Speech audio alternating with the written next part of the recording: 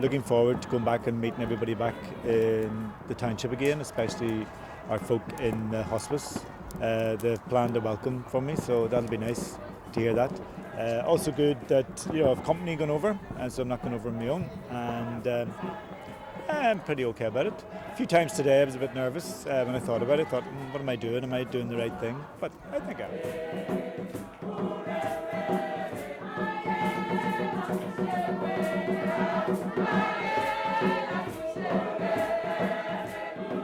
The Lord be with you. And also with you. Almighty God bless us all. This is my brother, the priest.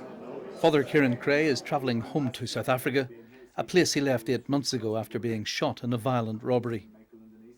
He has spent those months in his other home, Belfast, recovering from the internal damage done by 3 bullets, one of which ricocheted around his internal organs, almost killing him.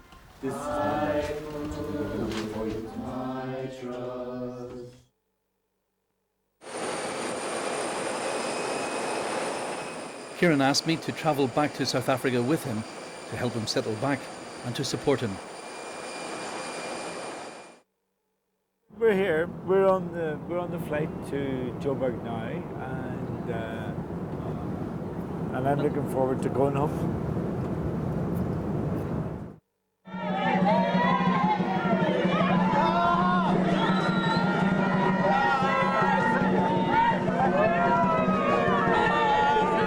From the moment our plane touched down in Johannesburg airport, I knew he didn't really need my support at all.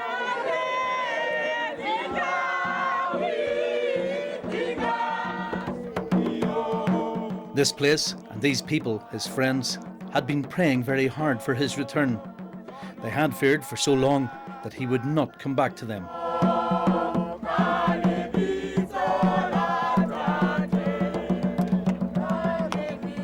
As we snake through the vast township of Atteridgeville, Kieran's work of the last 5 years rises up to greet us, as it greets all those from this township who have needed it so badly. It is set on a hill among the poverty of Atteridgeville. This is Leratong. Its name is Sutu, for the place of love.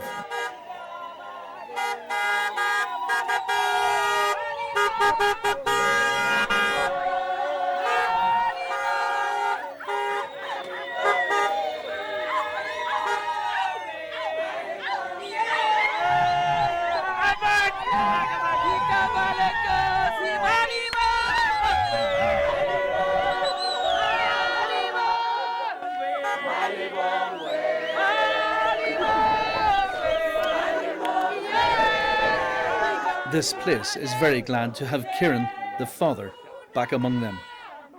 For me, thank you. I love you, Father. I love you too. Lina Karata. Thank you, thank you, thank you. Anyway, I'm back.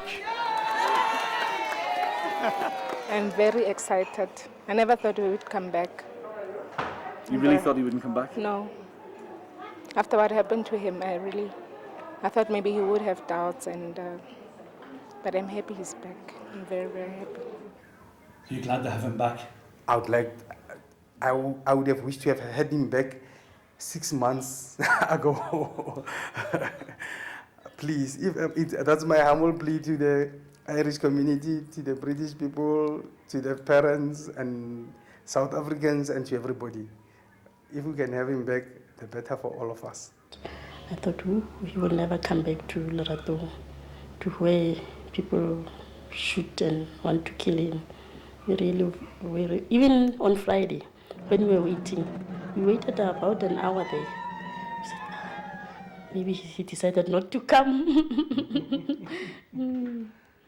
Are you glad to have him back? Yes, we were very glad, very excited to see him back. He's like a father to us. He's somebody we cannot just let go.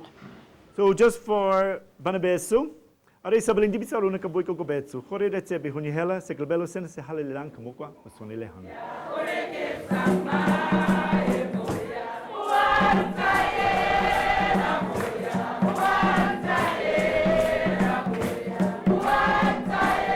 And it's back to work immediately with a celebration mass.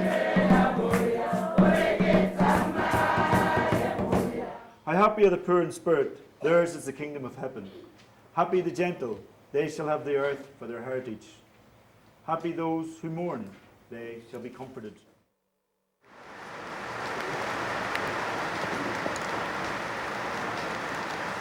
It's Friday and the hospice is full. There are 16 patients, one who was admitted, his body covered in maggots, eating at his open sores. I couldn't go in the room. When you go in the room, there were maggots on the floor. There were flies everywhere. The poor patient couldn't even feed himself. There was food there left. I think it was left previous days before, full of maggots. He couldn't eat. So, it really touched me. So I thought that we won't wait for the medical report. We just have to take this patient, and we took him in. By Sunday evening, he is dead.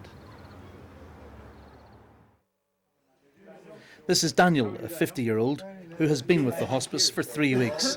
Dan, just call me Dan. Just call you Dan. Okay, Dan, we can call you Dan. By Sunday, he too has passed away. Both men died of AIDS.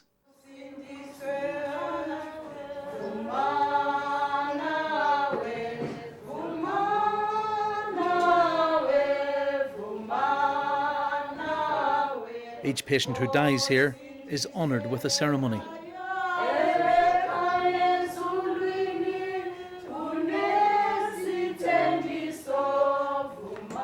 All on-duty staff attend.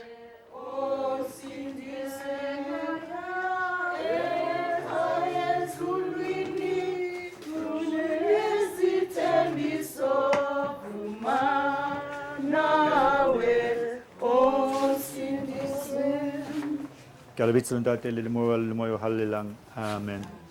Eternal rest grant unto him, O Lord, and a perpetual light shine upon him. May his soul and the souls of all the faithful departed through the mercy of God rest in peace. Amen.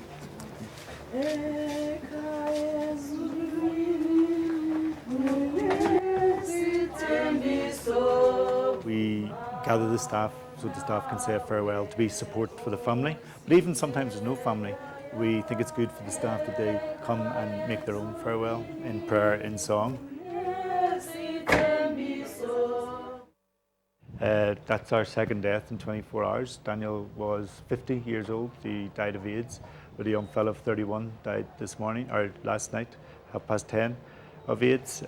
Daniel leaves two small, beautiful young girls, and the mother's just heartbroken of how she's going to explain to her daughters that the father has died. It was a very sudden death. We didn't expect him to go so suddenly, but that's the way it happens. We never know.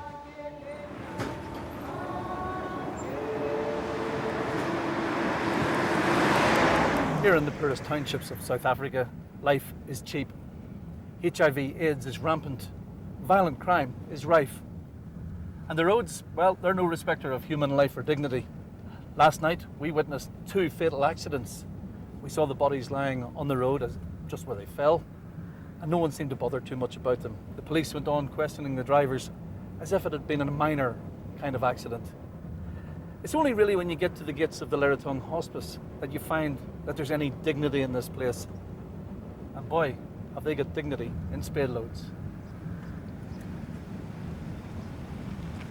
Coming here, there was a lack of love for the human being, the human person, and a lack of dignity, especially for those who were poor, marginalised, the sick, especially those who had HIV and AIDS. They were very stigmatised and were put in the back rooms or put in back sheds of houses, and or were thrown out of families.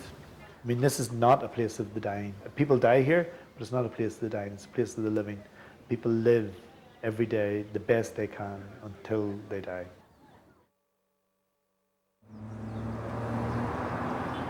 Dr. Selo Malachi volunteers his services at Lerotong. His surgery is in the middle of the township. When he's not there, he's here. The AIDS pandemic is very, very serious because I see that even personally at my practice, where I would say out of 10 patients, more or less 4 to 5 are HIV positive. Selo, the last time I spoke to you was about 5 years ago. There was no hospice here. You've done a very good job here, haven't you? No, we've done, and it's an excellent job, I must say. And then There was a lot of work that was involved in getting this thing, starting from the planning itself, the fundraising. Had we not had Fr Kieran, I don't think we would have had such a wonderful structure.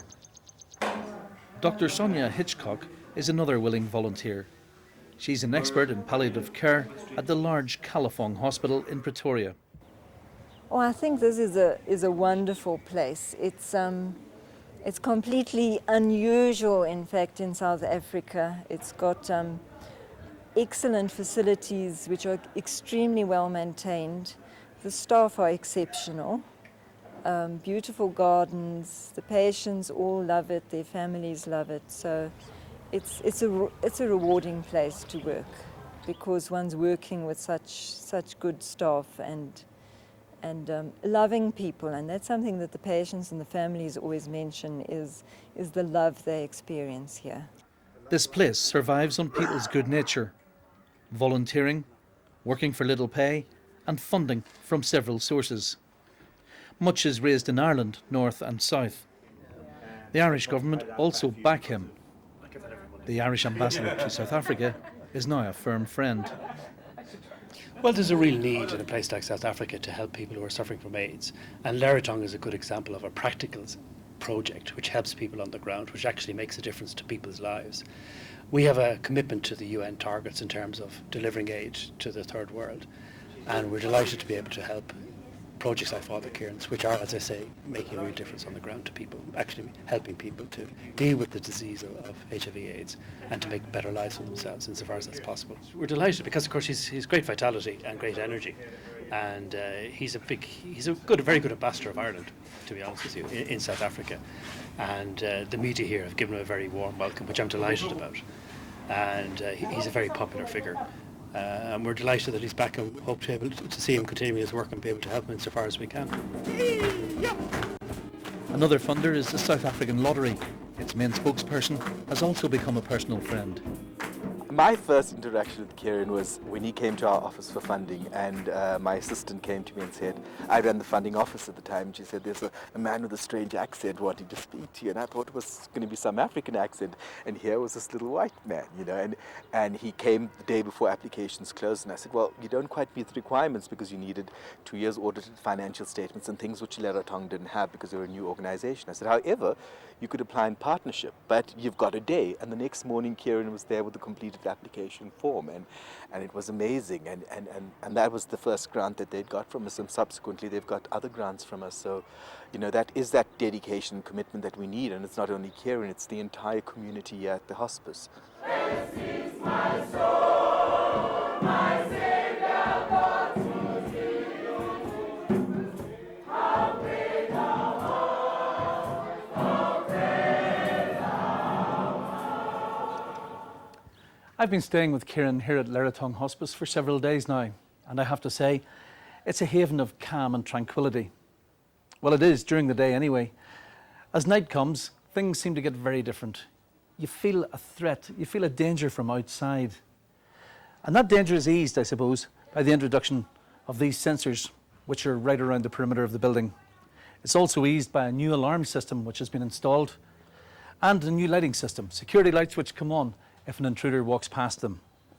But perhaps most important of all is this. A metal gate behind Kieran's door, which he locks at night. Now that might make him sleep easier in his bed at night. One thing it won't do, though, is take away the vivid memories of the night he was attacked. The doorbell rang. I couldn't see anybody. Next thing, these guys just came from behind the door here, pushed me back, and they pulled this door open, broke the lock, and then forced me into my house. And they started to beat me around the living room. I was just wearing my dressing gown, and they tried to gag me with the dressing gown.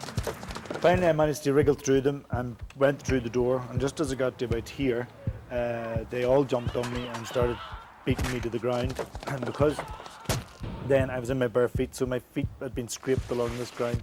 And they just started really manhandling me and tried to force me to get back in. That's what they wanted, to shut me up and get me back into the house. And I thought, I don't want to be tortured, so I just thought, I'm going to fight. It's fight or I'm going to die here, I'll not survive. And the next thing, I could hear these shots of blue flashes, and that's when they shot me in the arm here and in the chest there. They had a gun pointed at my heart. So I managed to push the gun away, and the gun went off in my hand and shot the guy who was here. As I was getting up from a starter's position, two of the guys came up from behind me and shot me point blank range. You can see it up there. That went right up through my pancreas, through the gullet, up into the lung. It was like somebody had punched me from inside. And then I made my way to the medical room, and I found it locked, and I started banging on the door to get the sister. And so, not knowing what to do, I made my way around here, and this is the private rooms, and I thought to myself, I don't want to die in here. That would be ironic if I end up dying in one of the dying rooms in our own hospice. So I came out, and I was afraid of them seeing me, that I was still walking, because I think the last gunshot was to kill me. So I managed to make my way into the kitchen. But at this stage, I was getting very weak. I mean, I'd left a whole trail of blood behind me. And I came in here, to the dining room, and then I went out into the veranda. And I got up and I just started shouting to the neighbours. And then I just started banging knives off this railing, just to try and raise attention. Just sat down in this chair, and I just said, this is it, this is it, I'm going to die.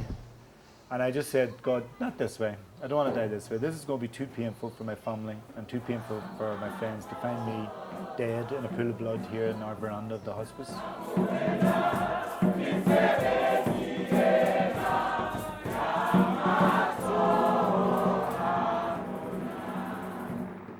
Kieran's shooting was big news home in Belfast.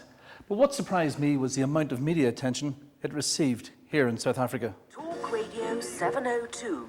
21 past 8. Well, we've been following the fortunes of Fr Kieran Creagh, and now he is back and he joins us on the line. Father, did you ever feel like giving up, Kieran, not coming back? Because I know you were, quite apart from the physical damage, it was also a hell of a blow to you. Yes, it was. It was really like a violation, because this place where I live, I live in the middle of Atteridgeville, and as you well know yourself, South Africa can be very violent at the moment. But this was like a haven of peace in the midst of that, and that was violated that night. I'm very glad to be back. It's nice to be back into the heat and sunshine. I got a fantastic welcome from the people of Atteridgeville. I've lived here for 4 years in the hospice, and we want to finish off our projects. We're building a clinic and a preschool next door. I've started that work, and I want to continue doing it. Had Kieran not been shot, this scrubland at the side of the hospice would look very different. This is the site of the altar when the new church is built, and the clinic on that side and the creche on this side. Had you not been shot, do you think we'd work? Oh, it would have been. We would have been well underway. Because we have a lot of funding in for it, and a lot of the plans have gone to council. Just unfortunately, typical of South Africa, the professionals get lazy when you're not around to push them. There's a clinic in the hospital, the local hospital, that looks after 3,000 patients. Yeah. They can't take on any more. Currently, they reckon there's about 100,000 people living with HIV. So the clinic's like an outpatient? It's an outpatient, and it's treatment, so that the people don't get that sick. Yeah. So we will take all their 3,000 patients. They'll down refer them to us. The shooting had an impact not only on the building programme. The father was missed on a personal level. This is little Offensi. He walked 5 kilometres from his home to see Kieran on the day he returned. I know Offensi. I met him 5 years ago when I was last here. Kieran and I visited his family, and I spoke to his mother about how AIDS had affected an ordinary family like theirs. She worried that her little baby, Carabello, may have contracted the disease in childbirth. If you get sick, if you get very sick, who's going to look after the children? Fr Kieran and my mother, I have 2 of the best. I'm fine. I'm doing fine, just fine. This disease, it doesn't choose. Poor, rich, is the same thing because there's no cure. Offensi's mother died a couple of months ago.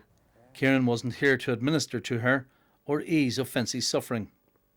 We've been friends for a long time. She's been living with HIV and AIDS for many years. And she died, unfortunately. She went to hospital and never came out. And I thought at least if I'd have been here, I'd have been able to go and get her out of the hospital and bring her to Loratong and maybe got her good palliative care. And she didn't. I don't think she needed to die, Sometimes people here die of neglect or bad treatment. The mother asked me if anything happened to him, would I be his guardian? Would I be his daddy? And I said I would. Don't know how that's possible, but I would be able to, you know, at least try and get help for the family to make sure he gets to school and the other children are well looked after, and if they need anything that I can help out there. Kieran was missed personally by everyone here. They feared the hospice would founder without his input. He gets things done so quickly, and without him here, it's been tough. He's the cohesion behind the whole building, the whole staff, and everybody else. And he is missed. He's missed by everyone in this community. He's been around, you know, here for a long time, and we hope that he's going to be here for much longer time with us. So how safe will Kieran be? The local police have arrested and charged a number of men. They say he's so well known in the township and so well respected that no one will harm him again.